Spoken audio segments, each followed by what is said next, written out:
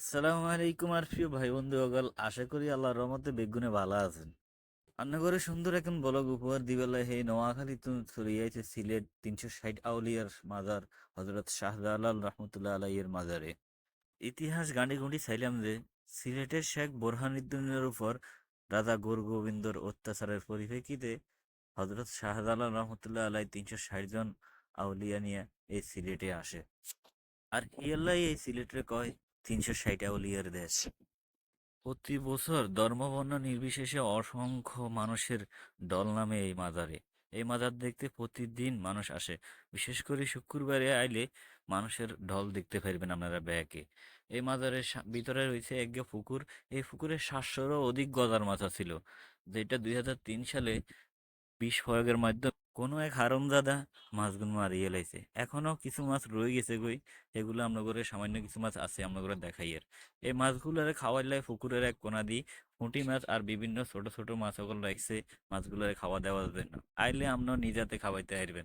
এছাড়াও স্পেশাল ভাবে মাছগুলারে দৈনন্দিন খানা দেওয়া হয়। এর আগে দিয়ে আপনারা দেখছিলেন অসংখ্য হাজার হাজার কবুতর।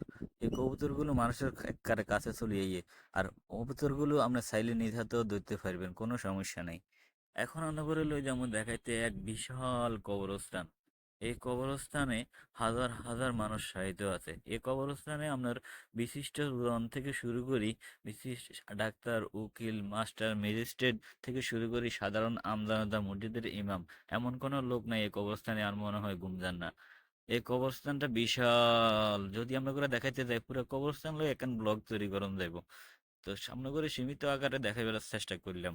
কবরস্থানটা অত্যন্ত সুন্দরভাবে সুশৃঙ্খলভাবে সাজাই হেতারা রাখছে, যতটুকু পাইছে চেষ্টা করছে।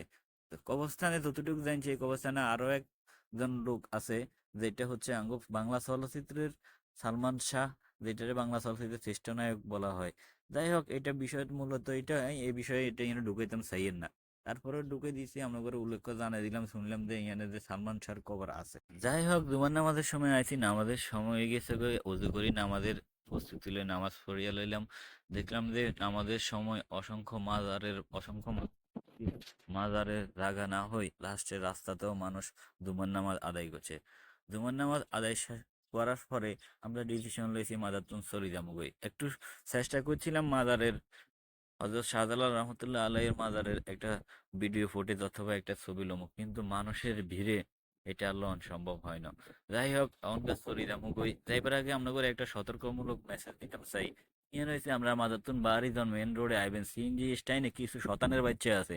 এই শতানের বাচ্চা সকল তুন আমরা হেফাজতে থাকেন। শতানের বাচ্চা কইছি এটার লাই হিগুন হিগুনে সিএনজি স্টাইনে আইবার হরে আমরা করে মোবাইল একখান দেখাই করবো শারমিনের নাম্বার কর নাই, শাহিদের নাম্বার গাঁ আর একখানা দেখাই দেন, এই ঠিকানা আন কর নাই, ইগেন কই মোবাইল দেব কাগজ দেব আপনাকে নাক বাই হুঙ্গে ব্যাগেন লই দেব। ঠিক আছে, আপনারা ব্যাগে বালা থাকিয়েন। আজকের ভিডিও এই পর্যন্ত, ভালো লাগলে শেয়ার করে দিয়ে।